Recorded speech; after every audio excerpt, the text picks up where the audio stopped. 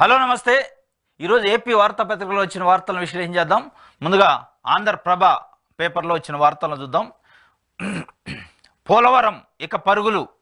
ప్రతి సోమవారం ప్రాజెక్టు సందర్శన, పెండింగ్ పనులను త్వరితగతిన పూర్తి చేయండి. రాష్ట్ర వ్యాప్తంగా ప్రాజెక్టు పనుల్లో వేగం పెరగాలి. ఇరిగేషన్ శాఖపై సీఎం చంద్రబాబు చర్చ. వివిధ శాఖల అధికారులతోనూ సమావేశం. సెక్రటరియట్లో చంద్రబాబు రెండో రోజు అని చెప్పి ఒక వార్తనిచ్చారు. పోలవరం ఇక పరుగులట. అంటే తెలుగుదేశం పార్టీ ఆధ్వర్యంలో కూటమి ప్రభుత్వం కొత్తగా ఏర్పడ్డది. కూటమి ప్రభుత్వం ఏర్పడక ముందు కొంత పోలవరం నిర్లక్ష్యం చేయబడ్డది. జగన్మోహన్ రెడ్డి ఆధ్వర్యంలో జగన్మోహన్ రెడ్డి పరిపాలనలో 5 సంవత్సరాలని పదే ప్రతిపక్ష పార్టీగా అప్పట్లో తెలుగుదేశం పార్టీ ఆరోపణలు చేసేది. ఇప్పుడు చంద్రబాబు నాయుడు గారే స్వయంగా ముఖ్యమంత్రి కాబట్టి ఇక పోలవరం పరుగులు పెట్టింది. ప్రతి సోమవారం ప్రాజెక్టు సందర్శన. గతంలో కూడా 2014, 2019 మధ్యలో సోమవారం పోలవరం అనే ఒక ప్రోగ్రాం పెట్టుకొని ప్రతి సోమవారం సందర్శించేది.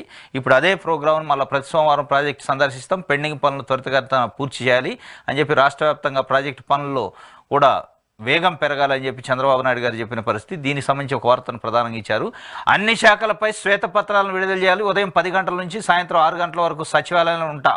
అందరూ సమయపాలన పాటించాలి. అధికారులతో సీఎం చంద్రబాబు. మంత్రులందరూ పేషీల్లో పూర్తి సమయం అందుబాటులో ఉండాలి. శాఖలపై ప్రతి ఒక్కరూ పట్టు పెంచుకోవాలి. మీ వద్దకు వచ్చే ప్రజల సమస్యలను సత్వరం పరిష్కరించాలి. కేబినెట్లో చోటు దొరకని సీనియర్ ఎమ్మెల్యే సేవలను మరో రూపంలో వినియోగిస్తామని చెప్పి కూడా అంటే తెలుగుదేశం పార్టీ సంబంధించిన సీనియర్ నాయకులు కొంతమంది మంత్రి పదవులు రాలేదు, మంత్రి పదవులు ఆశించారు. వాస్తవంగా కొంత అసంతృప్తితో ఉన్నారు అని చెప్పి వాళ్ళ యొక్క సేవలను వేరే రకంగా ఉపయోగించుకుంటూ తప్పనిసరిగానే వాళ్ళని కొంత బుజ్జగించే ప్రయత్నం అయితే చంద్రబాబు నాయుడు గారు చేసినట్టు అనిపిస్తుంది. ఇంకోటి, డిప్యూటీ సీఎం పవన్ చంద్రబాబు వద్ద సాధారణ పరిపాలన శాఖ, శాంతి భద్రతలు, అచ్చెన్నాయుడుకు వ్యవసాయము, సహకార, మార్కెటింగ్, పశుసంవర్ధక శాఖ, కొల్లు రవీంద్రకు గనులు, జియాలజీ, ఎక్సైజు, పొంగూరు నారాయణకు మున్సిపల్ పరిపాలన, పట్టణాభివృద్ధి, కొలుసు పారసారి, గృహ నిర్మాణం, సమాచార శాఖ, విద్యుత్ శాఖ మంత్రికి గొట్టిపాటి రవికుమార్, జలవనరుల అభివృద్ధి నిమ్మల రామానాయుడు, టీజీ భరత్కు పరిశ్రమలు, వాణిజ్యం, సత్యకుమార్ యాదవ్కు ఆరోగ్యము, కుటుంబ సంక్షేమం. జనసేనానికి 6 శాఖలట. డిప్యూటీ ఉప ముఖ్యమంత్రిగా పవన్ కళ్యాణ్కి అవకాశం ఇచ్చారు.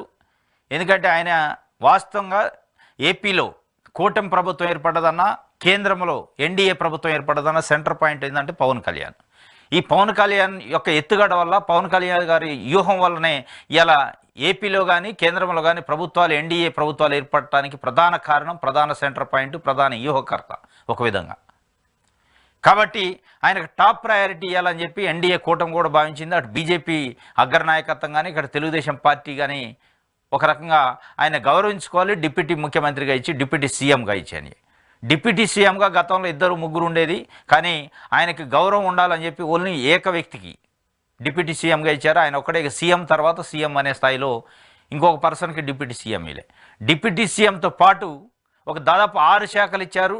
టాప్ ప్రయారిటీ ఉన్న పంచాయతీరాజు, గ్రామీణాభివృద్ధి, తాగునీటి శాఖ, పర్యావరణము, అడవులు, ఇట్లా సైన్స్ అండ్ టెక్నాలజీ, ఇట్లా ముఖ్యమైన శాఖలు. పర్యావరణం అనేది జనసేన యొక్క ప్రాథమిక సిద్ధాంతంలో ఒకటి. పర్యావరణాన్ని కాపాడటం అనేది, అడవులను కాపాడటం అనేది వాళ్ళ యొక్క ప్రైమరీ సిద్ధాంతాలలో ప్రధానమైనది అది. అదేవిధంగా గ్రామాలు, ఈ దేశానికి పట్టుకొమ్మలు, గ్రామాలు అభివృద్ధి చెందాలి, గ్రామాలు అభివృద్ధి చెందనే దేశం అభివృద్ధి చెందనే ఒక సిద్ధాంతం జనసేనకు ఉంది.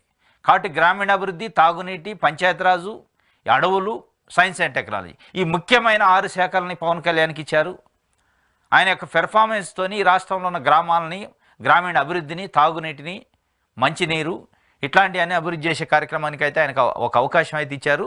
మొత్తానికి తెలుగుదేశం పార్టీ ఒక రకంగా ఇక మిగతా ఎవరికి ఇలా డిప్యూటీ సీఎం, ఎందుకంటే ఇంకొక వ్యక్తికి డిప్యూటీ సీఎం ఇస్తే ఆయన ప్రయారిటీ తగ్గిద్దనే ఉద్దేశంతో కొంత ఆయన కూడా సింగిల్గా ఇచ్చేటట్టయితేనే డిప్యూటీ సీఎం ఇవ్వండి అని చెప్పి కూడా అడిగినట్టు, ఆయన యొక్క కోరిక మేరకు, ఆయన యొక్క ఆకాంక్షల మేరకే ఇచ్చినట్టు మనకు అర్థమైంది. ఇంకొకటి, వంగలపూడి అనితకి రాష్ట్ర హోంశాఖ మంత్రిగా ఇచ్చారు. వంగలపూడి అనగా తెలుగు మహిళా రాష్ట్ర అధ్యక్షురాలుగా గత 5 సంవత్సరాలుగా అనేక రకాల పోరాటాలు చేశారు. గడిచిన 5 సంవత్సరాల్లో జగన్మోహన్ రెడ్డి ప్రభుత్వం అనేక రకాల ఇబ్బందులకు గురైంది అనిత గారు. అయినప్పటికీ ఇప్పుడు ప్రధానమైన పోర్ట్ఫోలియో వంగలపూడి అనితకి హోంమంత్రి ఇచ్చారు. ఆర్థిక శాఖ మంత్రి పయ్యవుల కేశవులు, ఐటీ విద్యాశాఖ మంత్రి నారా లోకేష్, అదేవిధంగా జనసేనకు సంబంధించి ఇంకా 2 ఉన్నారు. పవన్ కళ్యాణ్కి 6 శాఖలు ఇస్తే నాదెండ్ల మనోహర్, కందులు దుర్గేష్ ఉన్నారు.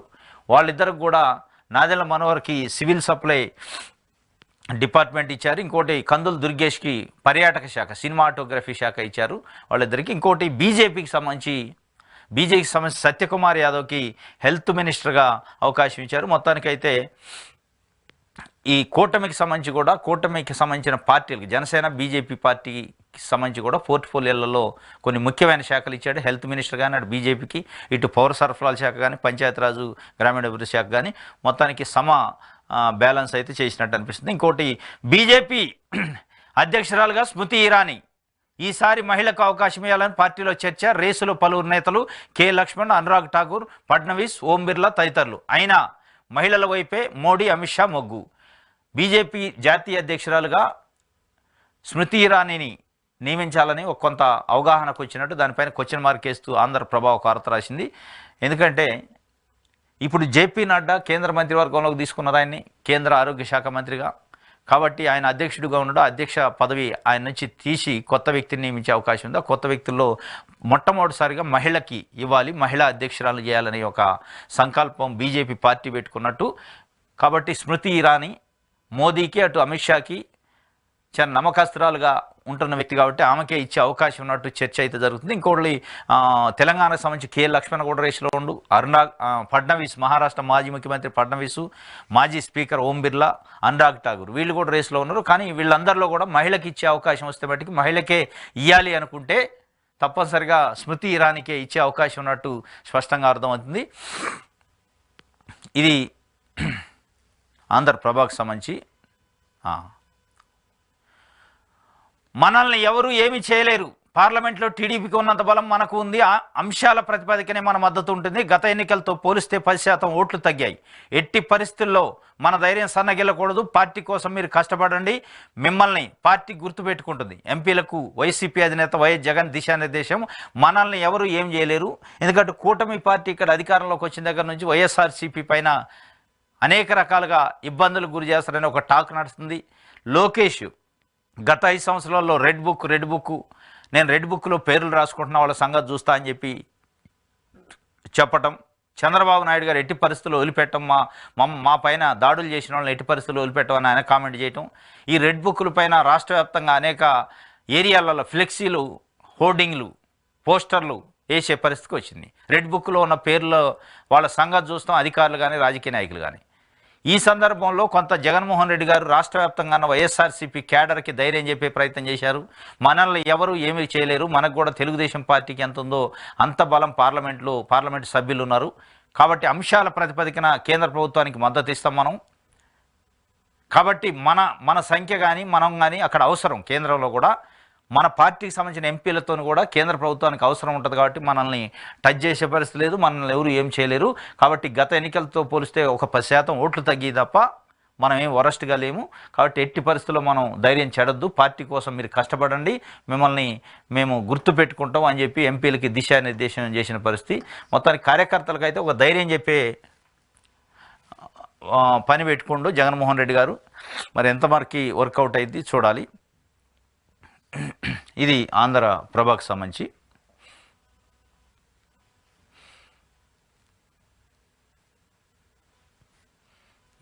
ఇది కదా ఈనాడు చూద్దాం. అన్ని యాడ్లే ఉన్నాయి ఈనాడులో. లక్ష్యాలకు తగ్గట్టు శాఖలు. పవన్ కళ్యాణ్కు ఉప ముఖ్యమంత్రి పదవి, కీలకమైన పంచాయతీరాజు గ్రామీణాభివృద్ధి శాఖల అప్పగింత. లోకేష్కి విద్యా, ఐటీ, పయ్యవుల కేశవులకు ఆర్థిక, అచ్చెన్నకు వ్యవసాయము, అనితకు హోము, నారాయణకు పురపాలక శాఖ, మనోహర్కు పౌర సరఫరాలు, సత్యకుమార్కు వైద్యం, మిత్రపక్షాలకు సముచిత ప్రాధాన్యం. పవన్ ఒక్కరే డిప్యూటీ సీఎం. మిత్రపక్షం జనసేన అధినేత పవన్ కళ్యాణ్కు ఉప ముఖ్యమంత్రి పదవితో పాటు ఆయన కోరుకున్నట్లుగానే కీలకమైన పంచాయతీరాజు, గ్రామీణాభివృద్ధి, అటవీ, పర్యావరణ, శాస్త్ర సాంకేతిక శాఖలను అప్పగించారు. పంచాయతీరాజ్ గ్రామీణాభివృద్ధి శాఖను తెదాపాకు చెందిన సీనియర్ మంత్రికి ఇవ్వాలని మొదట అనుకున్నారు.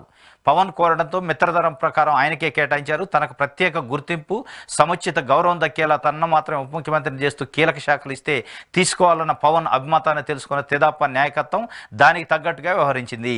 ఇది తనకు ప్రత్యేక గుర్తింపు, కీలకమైన శాఖలు ఇచ్చేలాగా చూడాలని ఆయన యొక్క ఆలోచన, పవన్ కళ్యాణ్ ఆలోచన ఉన్నట్టు, ఆయన అభిమతం ఉన్నట్టు, ఆయన అభిమతానికి తగ్గట్టుగానే ఆయనకి ప్రత్యేకమైన గుర్తింపు ఇస్తూ ఒకే ఒక డిప్యూటీ సీఎం నియమించారు.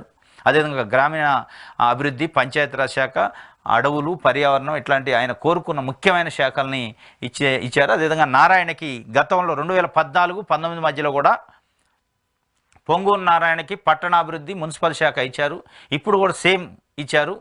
మళ్ళీ అమరావతి అభివృద్ధి విషయంగానే అమరావతికి సంబంధించి ఆయన భుజాలపైన పడ్డదని. కానీ అనేక ఆరోపణలు వచ్చినాయి. అమరావతిలో అనేక వందల ఎకరాల భూములు కొనుక్కుంటూ నారాయణ మున్సిపల్ శాఖ మంత్రిగా ఉండి అమరావతి రాజధాని అయిద్దని వాళ్ళకు ముందే తెలుసు కాబట్టి కొన్ని వందల ఎకరాలు కొనుక్కొని రియల్ ఎస్టేట్ వ్యాపారం చేశారు చంద్రబాబు నాయుడు అండ్ నారాయణ కలిసి అని గతంలో వైఎస్ఆర్సీపీ అనేక ఆరోపణలు చేసిండు. కానీ మళ్ళీ ఆయనకే ఇచ్చారు మున్సిపల్ శాఖ. ఆయన పైన చంద్రబాబు నాయుడు గారు బాధ్యత పెట్టిండు అమరావతి విషయాన్ని. అది ఒకటైతే అనితకి, వంగలపూడి అనితకి హోంశాఖ ఇచ్చారు. పైవల కేశవులకి ఆర్థిక శాఖ ఇచ్చారు. అచ్చెన్నాయుడికి వాస్తవంగా అచ్చెన్నాయుడికి హోంశాఖ వస్తుంది అనేది పెద్ద టాక్ నడిచింది వాస్తవంగా. కానీ అచ్చెన్నాయుడికి వ్యవసాయ శాఖ ఇచ్చే అనితకి మహిళ ప్లస్ తెలుగు మహిళా అధ్యక్షురాలుగా గత 5 సంవత్సరాలు అనేక ఉద్యమాలు చేసింది. ఒక దళిత మహిళకి ఇచ్చినట్టు అవకాశం ఉంటుందని చెప్పి హోంశాఖ అయితే ఆమెకి ఇచ్చిన పరిస్థితి. ఇది ఒక వార్త. ఈనాడుకు సంబంధించి సాక్షి పేపర్ చూద్దాం.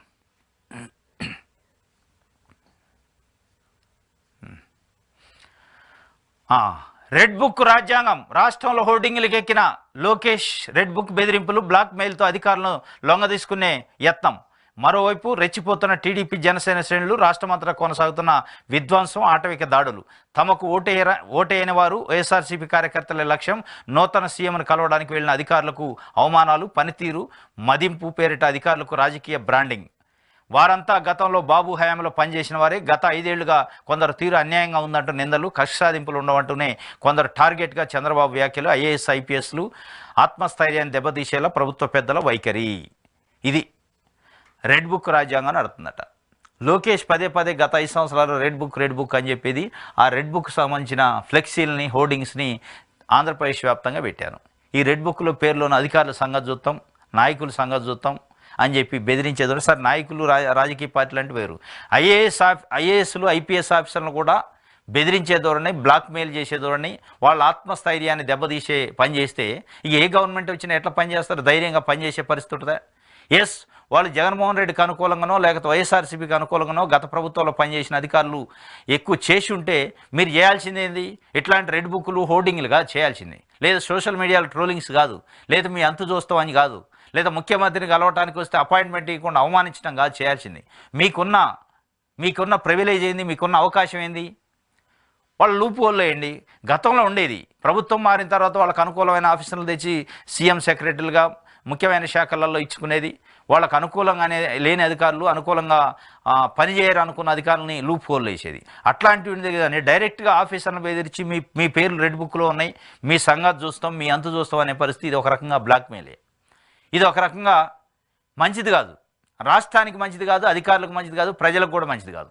ఎందుకంటే ఐఏఎస్, ఐపీఎస్ ఆఫీసర్ లాంటి వాళ్ళు కూడా ధైర్యం చేసి ఏ పని చేయలేని పరిస్థితి. ఇవాళ ఈ ప్రభుత్వం ఉంది, రేపు ఇంకోటి వస్తుంది. ఒకవేళ ఈ ప్రభుత్వంలో కూడా ఇవాళ చంద్రబాబు నాయుడు గారు చుట్టూ పెట్టుకుంటున్నట్టే ఐఏఎస్, ఐపీఎస్ ఆఫీసర్లు కానీ, ఓఎస్డీలు కానీ ఇట్లాంటి ఆఫీసర్లు పెట్టుకుంటున్నారు కదా, వాళ్ళు కూడా రేపు మళ్ళీ కొత్త ప్రభుత్వం వస్తే వీళ్ళని కూడా టార్గెట్ చేస్తారని భయపడే పరిస్థితి కదా.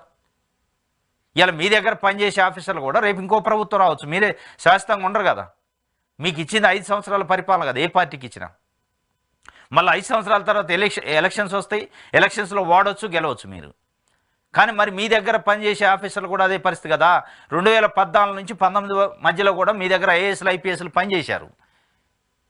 మరి అదే ఐఏఎస్లు, ఐపీఎస్ని జగన్మోహన్ రెడ్డి 2019 నుంచి 24 వరకు వేధించి రెడ్ బుక్లు పేరుతోనే ఇబ్బంది పెట్టుంటే ఇక వాళ్ళు ఏం పని చేయాలి? ఒక ఐఏఎస్ ఆఫీసర్ లాంటి వాళ్ళు కూడా రాజకీయ నాయకులకు భయపడే పరిస్థితి వస్తే, ఐపీఎస్ ఆఫీసర్లు కూడా రాజకీయ నాయకులకు భయపడే పరిస్థితి వస్తే ప్రజలకు ఎట్లా న్యాయం జరిగింది? చట్టాన్ని ఎవరు అమలు చేస్తారు? రాజ్యాంగాన్ని ఎవరు అమలు చేస్తారు? కాబట్టి ఇది చంద్రబాబు నాయుడు గారు 74 సంవత్సరాల వయసులో ముఖ్యమంత్రి అయిన సీనియర్ నాయకుడు, విజన్ ఉన్న నాయకుడు అని పదే చెప్పుకుంటారు కదా. మీరు ఇట్లాంటి పని చేయకూడదు. ఎస్, ఐఏఎస్ ఆఫీసర్లు, ఐపీఎస్ ఆఫీసర్లు కలవటానికి మర్యాదపూర్వకంగా వస్తే మీకు వాళ్ళ మీద చెడు అభిప్రాయం ఉండొచ్చు, మీరు వాళ్ళ పని చేయొచ్చు, మీకు అవకాశం ఉంది, లూప్ హోల్ వేయచ్చు, పక్కన పెట్టచ్చు, పోస్టింగ్ ఇవ్వకుండా ఉండొచ్చు, రకరకాలు ఉన్నాయి. కానీ డైరెక్ట్గా అవమానించే పరిస్థితి, అసలు కలవటానికి సుముఖత లేని పరిస్థితి ఉంటే రేపు మీ దగ్గర పనిచేసే ఆఫీసర్లను కూడా మళ్ళీ రాబోయే ప్రభుత్వం మీరుండొచ్చు, ఇంకోళ్ళు XYZ ఎవరైనా ఉండొచ్చు, వాళ్ళు కూడా ఇదే పని చేస్తే అంటే వాళ్ళు ఒక బంతాట లెక్క, అంటే ఏ పార్టీ అధికారంలో ఉంటే ఆ పార్టీకి అనుకూలంగా వంతబడాలి, మళ్ళీ ఆ పార్టీ అధికారం నుంచి పోగానే ఇంకొక వచ్చే పార్టీ యొక్క ఇచ్చే పనిష్మెంట్ని శిక్షల్ని వాళ్ళు చేసే అవమానాలను భరించాలనా? ఇవాళ ముఖ్యమంత్రిగా చంద్రబాబు నాయుడు గారు ఉన్నారు. చంద్రబాబు నాయుడు గారికి సంబంధించిన ఆయనకి ఒక ప్రివిలేజ్ ఉంటుంది. ఐఏఎస్ ఐపీఎస్లో ఆయనకి ఇష్టం వచ్చిన వాళ్ళు పెట్టుకునేది. ఆయన దగ్గర 5 సంవత్సరాలు పనిచేస్తారు, ఆయన చెప్పింది వింటారు. సరే, ఆయనకు అనుకూలంగా ప్రభుత్వం చెప్పిన ఆదేశాలను పాటిస్తారు. పాటించినంత మాత్రంలో చంద్రబాబు నాయుడు గారి దగ్గర పనిచేసినావు కాబట్టి నువ్వు ఇగో నిన్ను అవమానిస్తాం, నీ ఆత్మస్థైర్యాన్ని దెబ్బ కొడతాం, నీ పైన ఫ్లెక్సీలు వేస్తాం అని చెప్పి ఇంకొక భవిష్యత్తులో రాబోయే ప్రభుత్వం అంటే మరి ఎట్లా పనిచేయాలి అధికారులు? కాబట్టి ఈ రెడ్ బుక్ రాజ్యాంగం ఇది కరెక్ట్ అయితే కాదు. దీన్ని తప్పనిసరిగా ప్రజాస్వామ్యవాదులు ఖండించాలి. ఉండొచ్చు, మీకు ప్రివిలేజ్ ఉంది, మీకు అధికారం ఇచ్చారు, పని చేయాలి. మీకు అధికారం ఇచ్చింది కక్ష సాధింపుల కోసం. ఏ అధికారి ఎట్ట చేసిండు 5 సంవత్సరాల్లో మాకు గౌరవం ఇవ్వలేదు, వాళ్ళని వేధించాలని కాదు. ప్రజలకు ఏం చేశారు, ప్రజలకు ఏం చేయబోతున్నారు అనేది చూడండి. మీ గౌరవాలు, మీ ప్రతిష్టలు, మీ పరువులు, మీ పేరు ప్రతిష్టలు, మీ ప్రెస్టేజీ, మీ ఈగోల కోసం కాదు ప్రజల అధికారం ఇచ్చింది. మీ ఈగోలను తీర్చుకోవడానికి, మీ పరువు ప్రతిష్టను కాపాడుకోవడానికి, మీ గౌరవం కాపాడుకోవడానికి, మీ గతంలో జరిగిన అగౌరవాన్ని, మీ గతంలో జరిగిన అవమానాలను కక్ష తీర్చుకోవడానికి కాదు అధికారం ఇచ్చింది. అది గమనించుకోవాలి. ప్రజల్లో వన్స్ నెగిటివ్ ఇంపాక్ట్ పడింది అంటే మీకు వచ్చిన 164 స్థానాలు ఏ జోషులో అయితే ఇచ్చారో మళ్ళీ అదే రేంజ్లో వ్యతిరేకత వచ్చే అవకాశం ఉంటుంది. అది గమనించుకోవాలి. జగన్ ఓడాడు, ఇంకా చావలేదు, ఆయనను చచ్చేదాకా కొట్టాలి. టీడీపీ సీనియర్ నేత అయ్యన్న పాత్రుడు విద్వేష వ్యాఖ్యలు సోషల్ మీడియాలో వీడియో వైరల్. జగన్ ఓడిపోయిండు కానీ ఇంకా చావలేదు, బతికే ఉన్నాడు. కాబట్టి సచ్చేదాకా కొడితే తప్ప మనం బతకలేము. తెలుగుదేశం పార్టీ ఉనికి మళ్ళా ఇబ్బంది అయింది. తెలుగుదేశం వాళ్ళ ఉనికి ఉంటే, వైఎస్ఆర్సీపీ ఉనికి అట్లే ఉంటే తెలుగుదేశం పార్టీకి ఏ రోజైనా ప్రమాదమే. కాబట్టి సచ్చేదాకా కొట్టాలి, పామును సచ్చేదాకా కొట్టాలి. ఆయన ఓడిండు కానీ చావలేదు, మనం చంపాలి అనే పద్ధతిలో ఒక సీనియర్ ఎమ్మెల్యే, సీనియర్ మంత్రిగా పనిచేసిండు అయ్యన్న పాత్రుడు విద్వేషపూరిత వ్యాఖ్యలు చేసినట్టు. అంటే పార్టీ పరంగా చంపాలనడా మరి వ్యక్తిపరంగానే ఆ వీడియో అయితే ట్రోల్ అవుతుంది బాగా.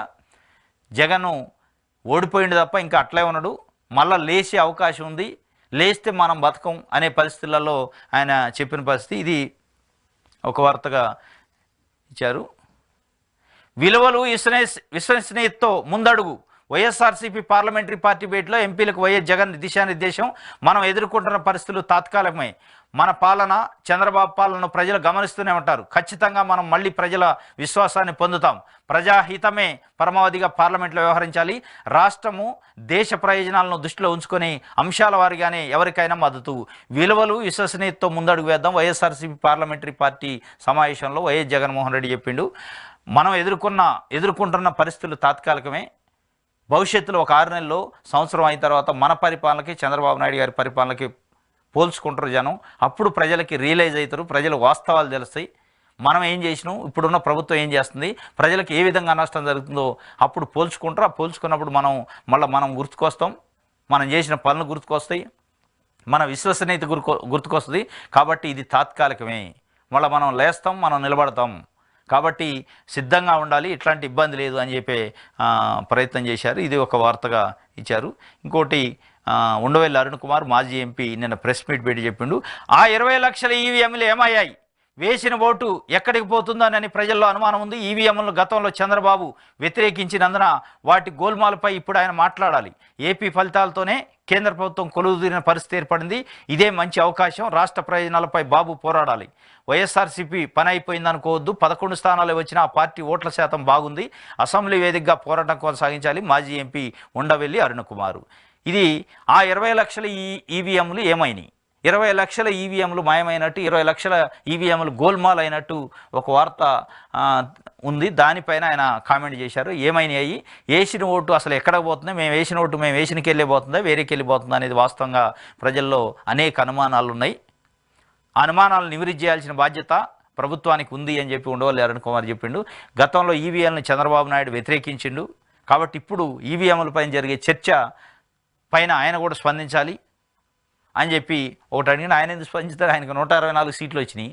ఇవాళ గెలిచిన తర్వాత 124 సీట్లు 21 ఎంపీ సీట్లు 124 ఎమ్మెల్యే సీట్లు వచ్చాక ఈవీఎంల పైన ఆయన చర్చిస్తారు. ఓడిపోతే చర్చ పెట్టేటోడు ఎవరైనా, ఓడిపోయి ఉంటే చర్చ పెట్టేటోడు. ఇప్పుడు ఎందుకు పెడతారు?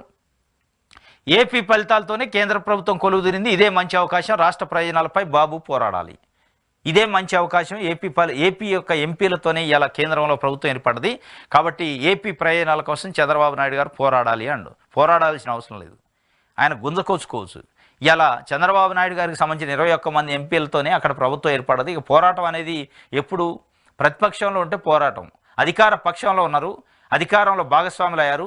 ఇవాళ కేంద్ర ప్రభుత్వం అంటే చంద్రబాబు నాయుడు గారి చేతిలో ఉంది. కాబట్టి ఇవాళ పోరాటం కాదు కావాల్సింది, పని చేయాలి, చేయించుకోవాలి, పని చేసి చేయించుకోవాలి. ఇవాళ పోరాటం అవసరం లేక, పోరాటం ఎప్పుడు మనకు సరైన బలం అయినప్పుడు, మన పైన ఆధారపడినప్పుడు ప్రభుత్వం పోరాటం చేయాలి. మన పైనే ఇవాళ ప్రభుత్వం ఆధారపడ్డది, ఏపీ పైనే కేంద్ర ప్రభుత్వం నిలబడింది. కాబట్టి ఏపీ ఏది అడిగితే అది వస్తుంది. అడగటం కావాలి, అడిగే సాహసం చేస్తే చాలు, తెచ్చుకునే తెలివి ఉంటే చాలు, ఇవాళ వస్తుంది. అది చంద్రబాబు నాయుడు గారు చేస్తారనే ప్రజలు ఆశించే ఇలా 21 ఎంపీ పదవులను కూడా ఇచ్చారు. కాబట్టి ఇప్పుడు తప్పితే మళ్ళీ ఇప్పుడు రాదు అవకాశం. ఇదే అవకాశం, మళ్ళీ వచ్చే అవకాశం కూడా లేదు. కాబట్టి ఈ అవకాశాన్ని వాడుకుని చంద్రబాబు నాయుడు గారు రాష్ట్రానికి రావాల్సిన అన్ని రకాల బెనిఫిట్స్ని తెచ్చుకునే అవకాశం ఉంది. తెచ్చుకుంటాడనే ప్రజలు ఆశించారు. ఒకవేళ ఆయనపై నమ్మకంతోనే వేశారు ఓట్లు అనుకోవాలి. కాబట్టి చూడాలి ఏం చేస్తారు 5 సంవత్సరాలలో అనేది. ఇది సాక్షికి సంబంధించి.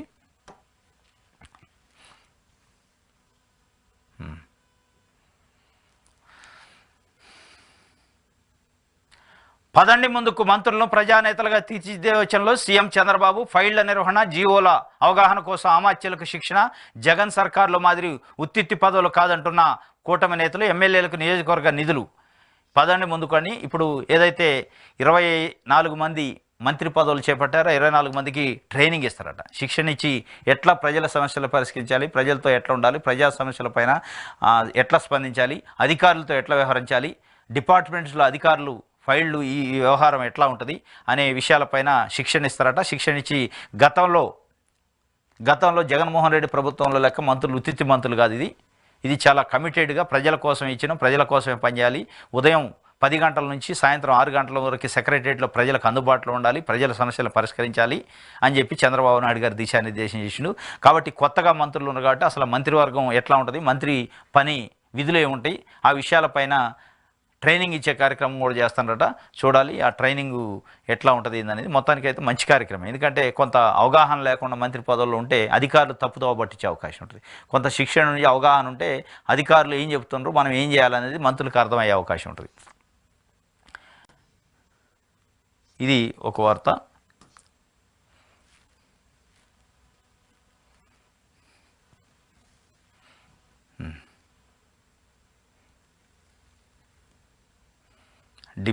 డిప్యూటీ సీఎం బట్టి, డిప్యూటీ సీఎం పవన్ కళ్యాణ్. అదేవిధంగా కోడు మాటన కోట్లు కొట్టేశారు. గనుల శాఖలో చీకటి దందా. ఎన్నికల సందడిలో గనుల సడేమియా. పాత తేదీలతో 280 ఎల్ఐఓలట జారీ. ఈ నెల 4న ఎన్నికల ఫలితాలు. ఆ మర్నాడు రాత్రంతా ఆఫీసులోనే 190 సంతకాలు చేసిన కీలక అధికారి పిఏ.